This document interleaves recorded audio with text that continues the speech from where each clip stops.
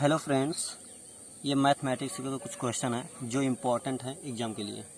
तो चलिए स्टार्ट करते हैं। जैसे है 4 की पावर 61 प्लस 4 की पावर 62 प्लस 4 की पावर 63 प्लस 4 की पावर 64 निम्न में से किससे विभाज्य है। तो सबसे पहले ऐसे क्वेश्चन में हम देखते हैं कि सबसे कम बार कितना है। देखिए यहाँ 61, 62, 63, 64, तो कितना बार सब में कॉमन हो सकता है। सब में कॉमन हो सकता है 61 बार। तो 4 की पावर 61 हम बाहर ले लेते हैं, ठीक है।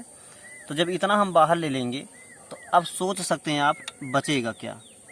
तो बचेगा यहाँ 1 प्लस ये कितना बचेगा 4 और प्लस यहाँ से 61 निकाल लिए 4 की पावर 2 और ये प्लस 4 की पावर 3। अब ये हो जाएगा 4 की पावर 61 मल्टी 1 प्लस 4 कितना 5 प्लस 4 चौक 16, 4 चौक 16 चौका 64, जोड़ दीजिए आ जाएगा 4 की पावर 61 और मल्टी ये 85। तो हम देख रहे हैं ये 85 किसी भी नंबर से इसमें विभाज्य नहीं है। तो हम एक काम करते हैं, ये 4 की पावर जो 61 है इसे हम ब्रेक कर देते हैं 4 की पावर 60 इंटू 4 में और ये हो जाएगा 85। तो लिख लेते हैं 4 की पावर 60 मल्टी 4 पंचे 20 के शून्य हासिल 2, 4 अठे 32, 33, 34 कितना आ गया 340। अब 340 आप खुद जान सकते हैं किससे विभाज्य है 10 से, क्योंकि जिसके लास्ट में 0 आ जाए वो किससे विभाज्य होता है 10 से, इसलिए यह संख्या 10 से विभाज्य है। ये हमारा आंसर है। अगला है यदि n एक सम संख्या है। क्या है n एक सम संख्या। तो चलिए सम संख्या हम क्या लेते हैं, n बराबर 0, 2, 4, 6, 8 डॉट डॉट डॉट, ठीक है। तो चलिए n बराबर 0 हम रखते हैं। तो जब 0 रखेंगे तो क्या होगा 6 की पावर 0 माइनस 1।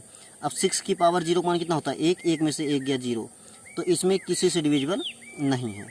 चलिए 6 की पावर 2 रखते हैं, कितना 2, तो क्या हो जाएगा 6 36 माइनस 1 कितना 35। तो हम देख रहे हैं 35 इस संख्या से विभाज्य है। तीसरा क्वेश्चन है n एक धनात्मक पूर्णांक है। धनात्मक पूर्णांक किसे कहते हैं 1, 2, 3, 4, 5, 6, 7, 8, 9 इन सबको धनात्मक पूर्णांक कहते हैं। तो चलिए n बराबर ठीक ना 1, 2, 3 डॉट डॉट डॉट। चलिए 1 रखते हैं। तो जब 1 रखेंगे 3 की घात 4 एकन्ने 4 और माइनस जब यहाँ 1 रखेंगे 3 एक कम 3, 4 की घात 3, n के स्थान पे 1 रखा गया है तो 4 गुणा 1 हो जाएगा। तो 3 त्रिका 9 त्रिक 27, 3 81 माइनस 4 चौक 16 चौका 64, तो घटाने पे कितना आ जाएगा 17। यह किससे विभाज्य है इसमें, इसी 17 से विभाज्य है। अगला क्वेश्चन है प्राकृतिक संख्या n के लिए n क्यूब माइनस 1 सर्वदा किस संख्या से बड़ी संख्या से विभाज्य है। प्राकृतिक संख्या, प्राकृतिक संख्या शुरू कहाँ से होता है n बराबर 1, 2, 3, 4। तो चलिए n बराबर 1 रखते हैं। n बराबर 1 तो 1 की घात 3 माइनस 1 होगा, क्योंकि n के स्थान पे 1 रखें तो 1 की घात 3 माइनस 1 कितना आएगा 0। अब रखेंगे n बराबर 2 तो 2 की घात 3 और माइनस 2 कितना आ जाएगा 2 की घात 3, 2 दूना 4 दूना 8 माइनस 2 कितना आ जाएगा, ये आ जाएगा 6। 2 की घात 4 ले लीजिए, सॉरी हाँ। तो अब हम ले लेते हैं यहाँ 3 ले लेते हैं, कितना ले लेते हैं 3, 3 की घात 3 माइनस 3, 3 त्रिका 9 त्रिक 27, 27 में से 3 गया 24। तो ये तीनों संख्या इसमें किससे विभाज्य हैं।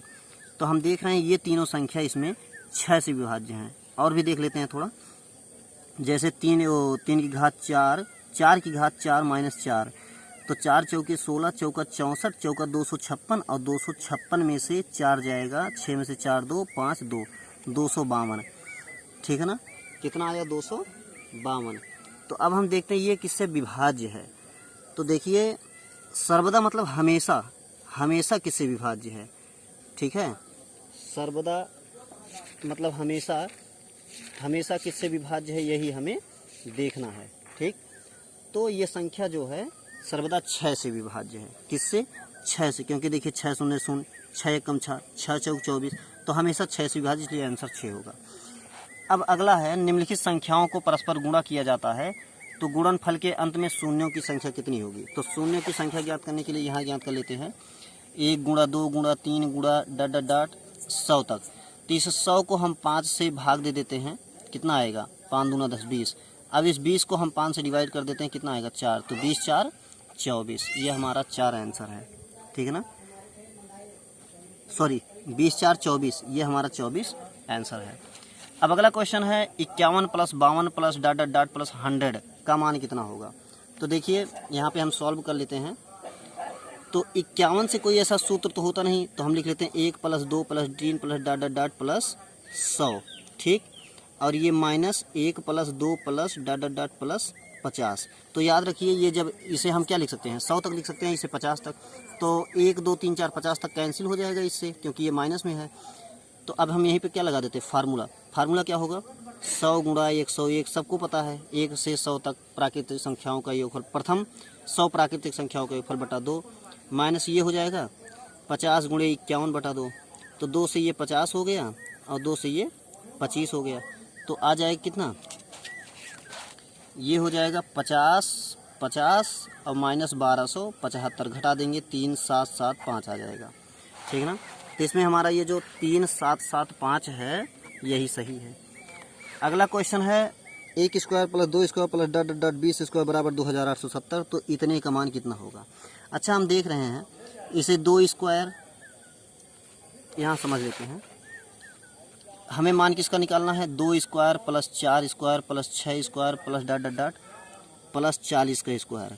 तो हम इसे लिख सकते हैं 2² कॉमन कर लेंगे तो कितना बचेगा, 1 का स्क्वायर + 2 का स्क्वायर + 3 का square plus dot dot dot plus 20 का स्क्वायर।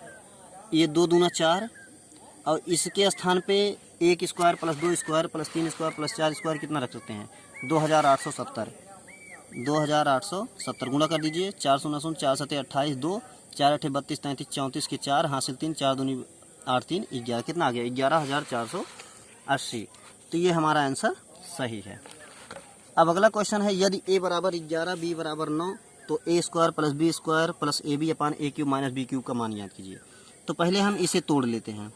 ये a² + b² + ab है, नीचे वाला फार्मूला क्या होता है, एक ब्रैकेट में a - b, कहने मतलब a³ - b³ का फार्मूला क्या होता है, एक ब्रैकेट में a - b, एक ब्रैकेट में a² + b² + ab। तो हम देख रहे हैं ये दोनों हमारा क्या हुआ, कैंसल। जब ये कैंसिल हो गया बचा क्या, 1/a - b। तो अब 1/a कितना है, a है 11 और -b मतलब 9, तो कितना आ जाएगा 1/2, क्योंकि 11 में से 9 गया 2, तो 1/2 क्या है हमारा सही उत्तर है।